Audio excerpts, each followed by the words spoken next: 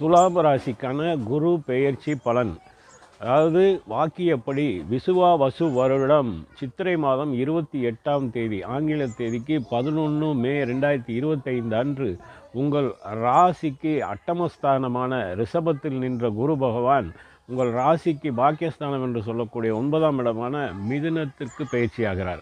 இந்த 9இல் நின்ற குரு பகவான் நிறைய யோக பலன்களை தருவார். அதாவது வியாபாரத்திலே சுறுசுறுப்பு இருக்கும், தொழிலிலே நல்ல முன்னேற்றம் இருக்கும், உங்களுக்கு வரவேண்டிய பண வரவுகள் எந்த தடை தாமதமின்றி உங்களுக்கு வரும், புது முயற்சிகளை எடுக்கலாம், புது தொழில் ஆரம்பிக்கலாம்.